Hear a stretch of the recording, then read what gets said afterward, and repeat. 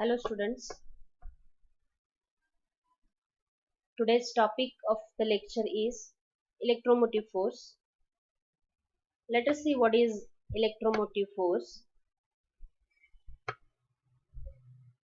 We can consider electromotive force to be the force capable of driving a charge around a circuit. What does it mean? Which force is applied on charge so that charge moves around a circuit? So it is nothing but actually a potential difference between two points of conductor that creates an electromotive force. What does it mean actually again? So let us understand this particular point with the help of a diagram. Now here you see this is the conductor whose both the ends. So this is one end, this is second end. So both the ends are connected to the external power supply. So one end of the conductor is connected to the negative terminal, other end is connected to the positive terminal, and it means that this particular power supply, it produces a potential difference across the ends of conductor. Okay, so here as soon as this particular power supply is turned on, we know that electrons will leave this negative terminal, they will travel through this particular path and they will reach to this end of the conductor. So negative charges are produced on one end of the conductor. To compensate these negative charges, positive charges will create on another end of the conductor. It means that a potential difference. So here there are positive charges are there, here there are negative charges are there. Therefore, a potential difference is generated across the conductor. And due to this, force will be applied on charges to move across this particular conductor. Okay, so now here you see electrons will leave the negative terminal of power supply. They will reach at this end of the conductor. Will they stop here? No. These electrons are nothing but charges. So they will continue to pass through this particular conductor. And what do you mean by conductor? We know conductor is nothing but a good conductor of electricity. It can conduct charge easily, and therefore electrons being charged, they will flow across this particular conductor, they will follow this particular path and they will again come back to this particular power supply. So this is a complete path followed by charges under the action of electric force or force exerted by a source. So here it is defined, like potential difference between two points of conductors creates an electromotive force. So here the origin of electromotive force is discussed, right? So which force is applied on charges actually? So it is nothing but charge by external source. Now just we have seen that electron has to traverse along a complete path. It is a closed path. Okay. So now for example, if we consider a short length dl, suppose this is short length dl of a conducting wire. So this is also a conducting wire. We know that this is also a conducting wire because until it is a conducting, uh, electrons will not flow through this particular circuit. Okay, so let us consider very small region of this particular wire, that is dl, right? This is source of a force. So this source applies force on electrons to move. So let us consider force F is applied on charges on electrons to move through this particular dl length element. dl is a small length element, and therefore in that case we can consider that the force applied on electron in this particular length element dl can be given by F dot dl. Okay, it can be given by F dot dl. However, electron is not only moving from this point of this length element to the second point of the length element, but it is moving throughout the circuit, and it is moving throughout the closed path, and therefore we need to integrate this particular multiplication of force and length element over the entire path, and that is what is an EMF, that is electromotive force. So electromotive force aberration is EMF. So EMF is given by integration over a closed path for F dot dl. So force F is the force applied on charge in small length element dl. Okay. So this is the basic mathematical expression which can be used for electromotive force. Now here we consider that this force is a source force, force exerted by a source. But at actual, this force comprises of two forces. One is the force due to the source and second is the electrostatic force. Right. So this F is not only the force due to S, because these are all charges. We have seen that whenever there is a charge, if it comes in the vicinity of, in the region of another charge, it will get experienced by a force. Okay, so always there is, when there are number of charges are there, always there is a electrostatic force is there.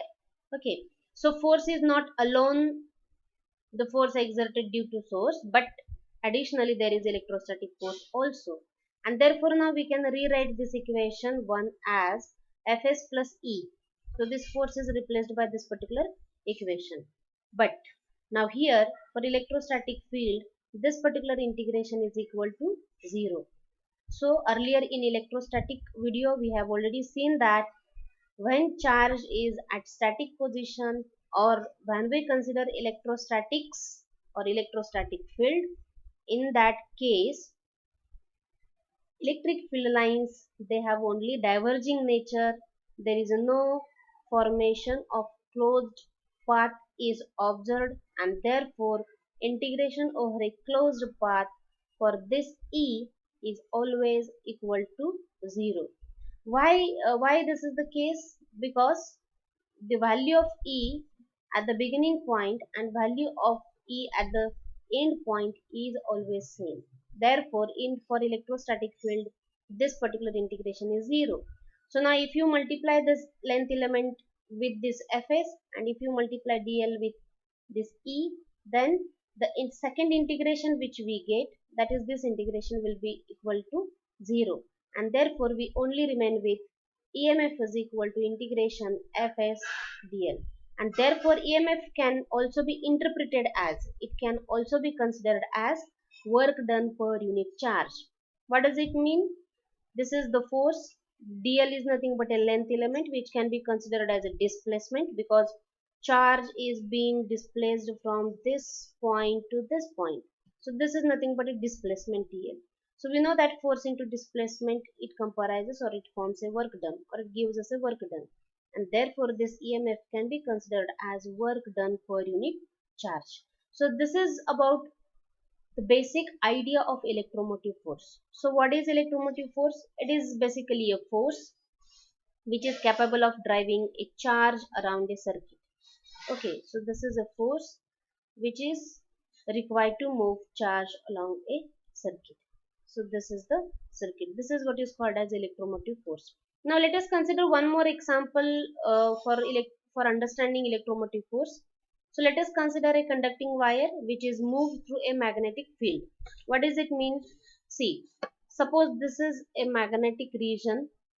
Magnetic field is perpendicular to this particular plane of the screen, and that's why it is shown by a dot. Now here, this is nothing but a conducting, we can say, wire in the form of a loop. Okay, so this conducting wire is moved through the magnetic field. Now here the arrow is shown along x-axis. So conducting wire is moved along x-axis. So now let us see what will happen if this conducting wire is moved towards x-axis through this particular magnetic region. What will happen? Here we will have to consider one rule which is named as a Fleming's left hand rule. Okay, so what does it says? It says that if your forefinger points out the direction of magnetic field, then this magnetic field will exert force in the direction perpendicular to B, that is along the direction of the thumb, and due to this force by magnetic field, current will flow across the conductor along the direction of middle finger, which is again perpendicular to earlier two vectors. Right. So let us apply this Fleming's left hand rule to this particular example. Now here conducting wire is moved along x-axis. Okay. How is the direction of B? B is pointing inside the screen. That's why it is shown by a dot. Therefore, this direction which is shown by forefinger, it is actually inside the screen, and therefore force direction will be, it will be a vertical direction from A to B. So force will be exerted on this conducting wire from this direct from point A to B. So force will be in the vertical direction and current will be in this particular horizontal direction. So you just connect, you just imagine these three directions, overlap these three directions with this particular example. So B is pointing in inward direction, therefore F will be pointing in the upward direction and I will be pointing in the horizontal direction, that is along x-axis. And therefore you see, if you consider this is the direction of current, current will flow clockwise. Current will flow here in a clockwise direction. So which one is the source here? Source is the magnetic force. Earlier it was a power supply, electric force. Now here source is the magnetic field. So magnetic field is the source of force. It applies a force in a vertical direction and therefore charges in this conductor will move and current will flow across this particular conducting loop. Now let us represent it mathematically. So already we have seen that EMF is given by the integration over a closed loop, because again we are considering a circuit kind of thing or a conducting loop. So here force is nothing but a magnetic force. Okay. And again multiplied with a length element. So this magnetic force is always given by QVB. But here instead of considering Q, charge is not considered because this is the force per unit charge, force per unit charge, and therefore this is unit charge, need not to consider. So F is equal to V into B. And what is this DL? DL is nothing but a height. Height means this. So length. So charge will be forced from point A up to point B. Okay. And therefore for how much length force is exerted? For AB length. That means that length is H. Okay. So the value of this entire integral will be VBH. Now, magnetic flux generated by magnetic field is given by. So, this is the magnetic field. We know that magnetic field is always represented by magnetic field lines, and magnetic field lines per unit area is nothing but magnetic flux, and that flux can be calculated by using this particular formula, integration B dl, right? So obviously magnetic flux is nothing but magnetic field lines which can definitely be derived from a magnetic field. So B dot dl, so B will remain same as it is, but what is the value of dl? Dl is nothing but H into X, because magnetic flux is linked only within this region of the conducting loop. It is not acting here because it is outside the magnetic field region. This particular region is inside the magnetic field region. So whatever magnetic flux is linked with the conducting wire, it is only linked up to this particular H into X. Only H into X. Only up to this particular area of the conducting wire. And therefore this DL is taken as H into X. Right. Now when this loop moves, loop is moving, conducting loop is moving along X direction. When this loop is moving, magnetic flux, that is magnetic field lines linking with this particular whatever area H into X, it will change definitely because we are moving out this conducting loop from the magnetic region. So how to represent it? It is represented in this particular format, that magnetic flux is changing with respect to time, and therefore we will have to again consider B. H is not changing, H is constant, however H is X is decreasing. So x is changing. Okay, so it will be a dx by dt. So we have to differentiate over x, right? Dx by dt. B and h will remain constant because they are not going to change. Only x will change because we are pushing this, we are pulling out conducting loop out of the magnetic field region. So rate of change of magnetic flux changing with respect to time is equal to this particular value. But we know that dx by dt is nothing but a velocity. And therefore, we can represent this dx by dt by v. And we have to introduce here negative sign because magnetic flux linking with this particular area is now decreasing. We are moving conducting loop out of the magnetic field region, and therefore both are in opposite direction. That's why negative sign is introduced here.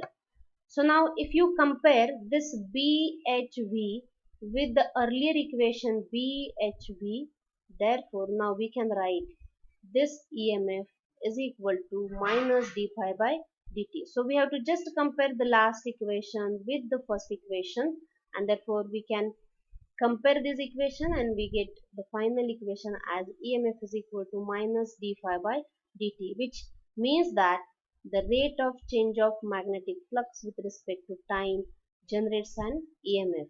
So earlier what we seen in the last slide, that electromotive force is a force which can be represented in the form of a work done, and in this particular example we considered a source of force to be a magnetic force, and when we consider force source as a magnetic force, as a magnetic field, then in that case EMF is defined in a different manner. It is defined as rate of change of magnetic flux with respect to time. It gives rise to an electric EMF or electromotive force. Okay, so this is about the electromotive force.